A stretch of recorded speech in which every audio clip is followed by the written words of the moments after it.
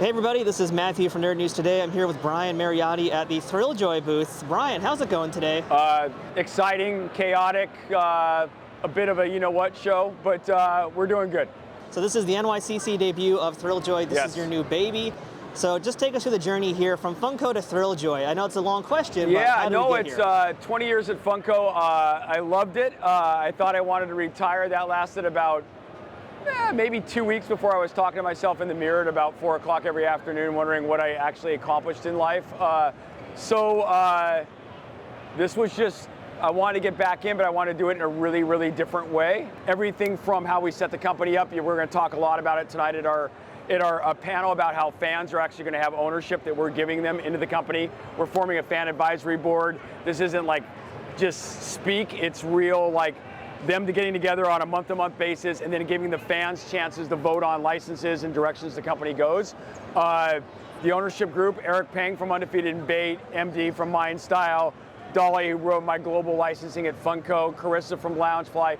It's a really great all-star team that we think we kind of know what we're doing, but it's always about making great products for the fans and finding those licenses that are hard. There's not a lot of product, whether it's a Warrior Nun or a Blue Eye Samurai, where there's almost no product existing.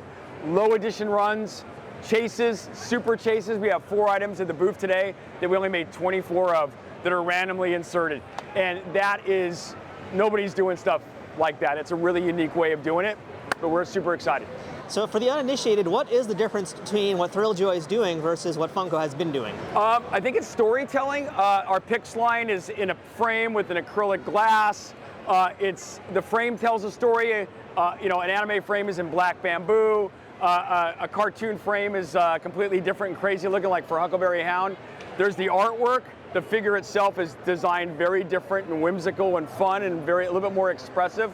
And then the packaging, magnetic packaging, lenticular authenticity cards that are sandwiched between acrylic and magnetic. The ability to go into the packaging, take your product, put it on the shelf, and then put it right back in the packaging without losing its value. But low runs, low runs, low runs. And then we're showing Megapix for the first time, and we're showing our apparel, which is very cool. It's unique, it's rubberized, it's sonic welded, it's got addition sizes in it, and it's very sophisticated meets understated pop culture wear. Hey, it sounds a bit like it's interactivity meets playability meets collectibility. That's what you're trying to say. I think that's a good way of putting it. All right, yeah. So again, you guys are doing your own thing, and there's enough room at the table for everybody to eat. Yep. But do you guys consider yourself now to be a direct competitor to Funko?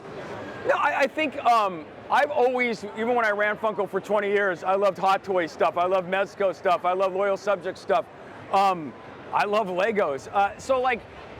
Just make cool product, and it's a big world, and pop culture's never been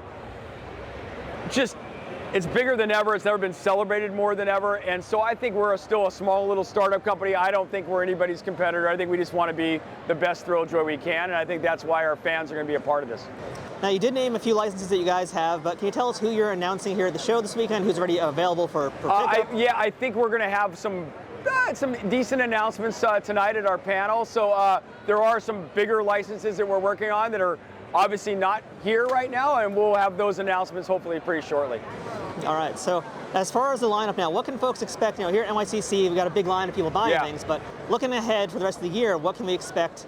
I think you're going to see a couple more new formats for us come in early spring, and it's going to be some of the most amazing creative art toys at various sizes and various price points that are going to be ultra limited. Megapix Pix are definitely the 2 platform products, but you're going to see whimsical products from all sizes, all shapes, all price points, and all kinds of different licensing. And you'll start to see that in the springtime. And you're going to start seeing a lot of collaborations with athletes and actors and musicians. And I think what their favorite pop culture merging is, whether it's an NBA player that happens to love Dragon Ball Z or My Hero Academia or Star Wars, trying to put some of those iconic personalities together with the pop culture that they love. So is anything off limits as far as Thrilljoy goes? Nah, nope. Anything and everything that's pop culture, we're super excited about. Now, as far as the price points go, these things, because you guys are also kind of teetering in the world of designer vinyl a little bit here. As far as price points go, what are you guys going to be doing to kind of keep them in an affordable place? Yeah, I think in Pix line, when people say, well, $50, and they look at what they're getting, I mean, it's a $100 to $150 looking product for $50. We are obsessed with providing perceived value to the collectibles that we make. And we started that at Funko. We easily could have been Funko, could have been $20 for Pops. We made it $9.99. I think you're seeing the best price point we can by making the highest quality product we can. But I definitely think we are more in the collectible designer vinyl than we are in the mass-produced collectibles.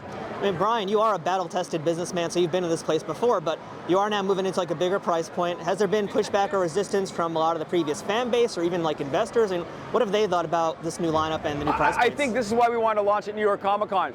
People can judge products on a web browser all day long, or they're looking at their phone. But when you come in and you get to see the product, you get to hold the product, you get to look at the product, it's a completely different thing. I think that is why we didn't launch just online. We wanted to launch at one of the biggest shows in the world when it comes to pop culture. We want our fans to look at what these products are, and the people that were doubting them to come in the booth and look at them as well. And I think they'll be pleasantly surprised at the quality, the design, and the storytelling elements we have.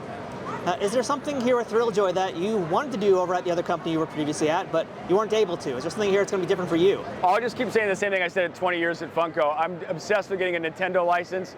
I think the higher price points and the different stylization might give us a chance there, but I'm always been a fan of Nintendo. It's always going to be my dream license. So what would you say is the 2025 forecast for Thrilljoy? Fun. We're going to delight and surprise all of our fans with a myriad of just insanely unique products that I think are very different in the space. And I think our fans are going to see that are here early on, day one, how this company is really about fan service in a way that no one's seen before. And I think when you're giving ownership away to fans to have a role in the company, I think that shows everything you need about how serious we treat the fan base here for Thrilljoy. And just real quick, last thing here, let's say a final message for the skeptics and a final message for the supporters. Skeptics, hey, you know what? There's so many amazing products. You come in, take a look at it. If you like it, we love the support. If you don't, maybe down the line we're going to find something you like. And for the people that are supporting us, I don't think it's because of me or anybody here. I think we made really good products with really good licenses, and that will always find a fan base. All right, well, Brian, thank you so much. I would wish you good luck, but you're already killing it here, so congratulations. Thank you so much.